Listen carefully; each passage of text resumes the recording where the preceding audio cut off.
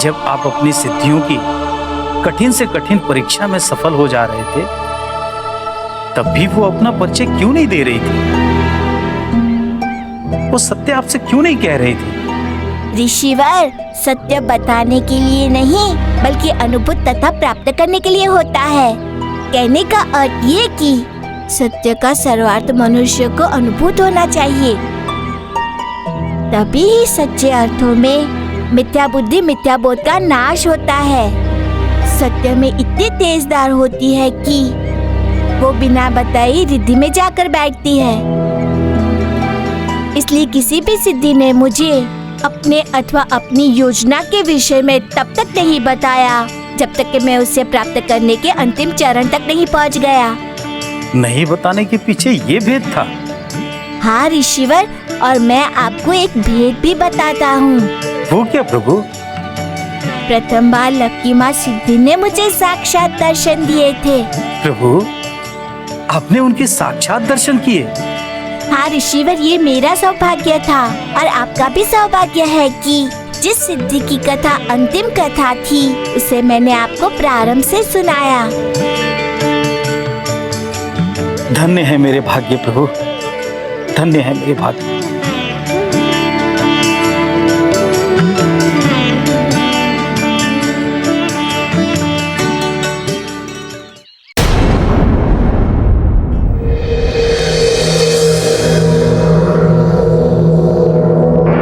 मेरे यज्ञ की समस्त तैयारियां पूर्ण हो गईं।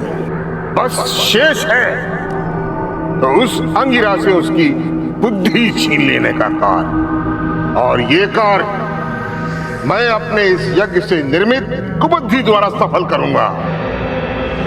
अंगिरा, मैं तुम्हारी सद्बुद्धि के स्थान पर कुबुद्धि को स्थापित करके अपने चिर प्रतीक्षित प्रतिशोध को पूर्ण करूंगा। बुद्धि छीन लूंगा मैं तुम्हारी। मृत्यु से भी बुरा जीवन जीने पर विवश कर दूंगा तुम्हें। मृत्यु से भी बुरा जीवन जीने पर विवश कर दूंगा। और इस प्रकार मुझे लग्गिमा सिद्धि प्राप्त हुई थी ऋषिवर। प्रभु, इस कथा का सार क्या हुआ? इस कथा का सार ये हुआ ऋषिवर कि कभी किसी को इस संसार में लघु नहीं समझना चाहिए, किसी को भी भाग्यहीन नहीं समझना चाहिए। देवलग्गी ने अपनी परीक्षा के माध्यम से संसार को यही संदेश दिया है तथा अपनी कथा के माध्यम से ये भी स्थापित किया है कि दुर्भाग्य वाला मनुष्य भी अपने शुभ कर्मों के द्वारा भाग्य को बदल सकता है, जैसा कि ममता ने किया। उसने अपने शुभ कर्मों के फल के कारण ही राजकुमार सिद्धार्थ को प्राप्त किया। इसीलिए ही तो मनुष्य को शुभ कर्म करना कभी भी किसी भी परिस्थिति में त्यागना नहीं चाहिए। इस प्रकार लग्गिमा सिद्धि की कथा यही समाप्त होती है ऋषिवर। अब आप देवी लक्ष्मी का दर्शन कर इस कथा का संपूर्ण फल प्राप्त करें तथा आगे की कथा के श्रवण के अधिकारी बने।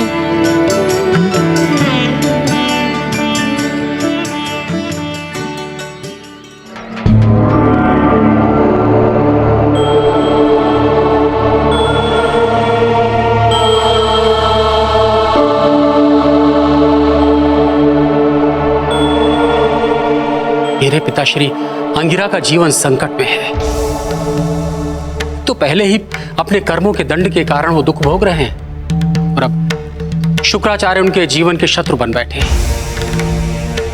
अपने असुरों के माध्यम से उनके कथा श्रवण के संकल्प में बाधा डालने का प्रयास कर रहे हैं। यहां तक कि भद्रासुर के द्वारा उनकी हत्या करवाने का प्रयास किया है।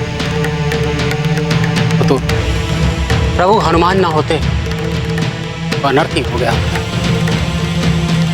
आश्चर्य की बात तो यह है कि इतने असफल प्रयासों के बाद भी शुक्राचार्य ने प्रतिशोध करना नहीं छोड़ा है। अभी भी पिता श्री अंगिरा के हित के लिए यज्ञ कर रहे हैं।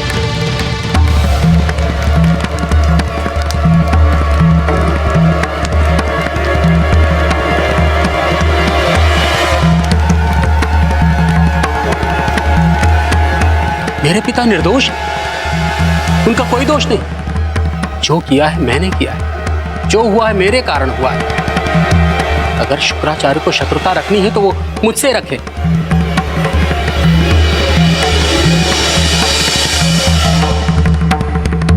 अब मुझे पुत्र धर्म का पालन करना होगा, शुक्राचार्य को रोकना होगा। परंतु कैसे कैसे रोकूंगा मैं उन्हें? हाँ, मुझे माता लक्ष्मी के समीप चलना चाहिए, क्योंकि उन्होंने ही पिताश्री को सिद्धि कथा श्रवण के लिए पृथ्वी लोक पर भेजा है। अवश्य ही हमारा मार्गदर्शन करें।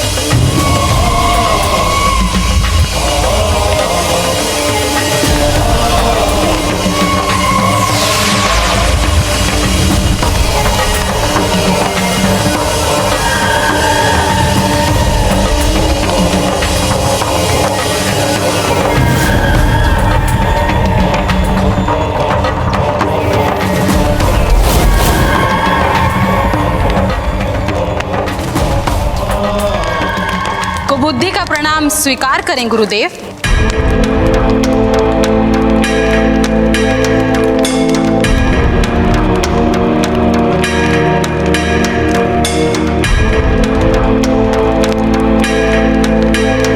अंगिरा, निरंतर असफल होने वाले शुक्राचार्य को इस बार दुर्बल समझने की भूल कदापि मत करना, क्योंकि इस बार मैं असफल नहीं होने वाला, क्योंकि इस बार मेरे द्वारा रचित कुबुद्धि मेरे साथ है,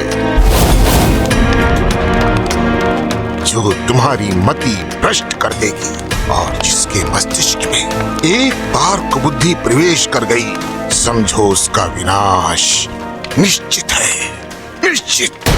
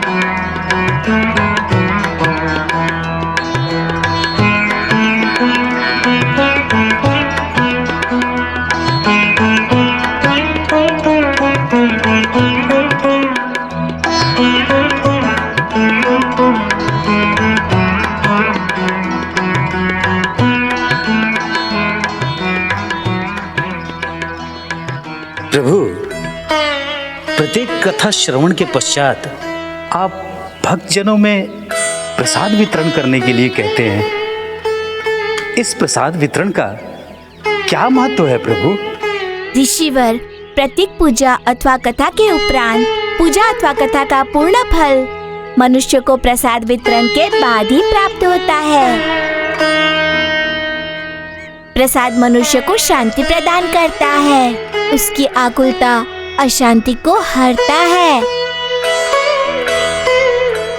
कारण प्रसाद मनुष्य के अस्तित्व का, उसके इष्ट का पवित्र भोग होता है, किंतु उसको ग्रहण करने से मनुष्य का पाप भागता है। भगवान इसके पाप का नाश करते हैं। प्रभु की प्रार्थना करने के कारण प्रसाद में स्वयं ईश्वर की भ्रांति जीव को शांति देने की क्षमता आ जाती है।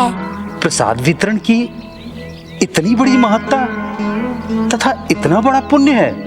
हाँ ऋषिवर, इसलिए प्रत्येक कथा एवं पूजा के उपरांत प्रसाद वितरण की व्यवस्था है ताकि पुण्य दोनों को प्राप्त हो सके, वितरण करने वाले को भी तथा प्रसाद ग्रहण करने वाले को भी।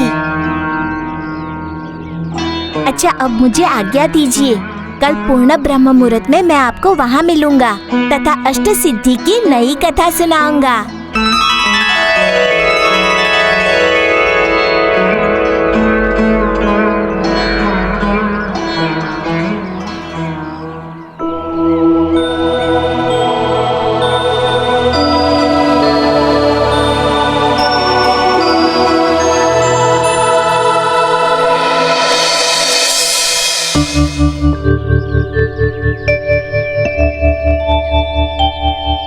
ईश्वर, अब तक मैंने आपको वशिता, इशिता, आणिमा, लग्गिमा ऐसी पुण्यदायी कथा को कह चुका हूँ।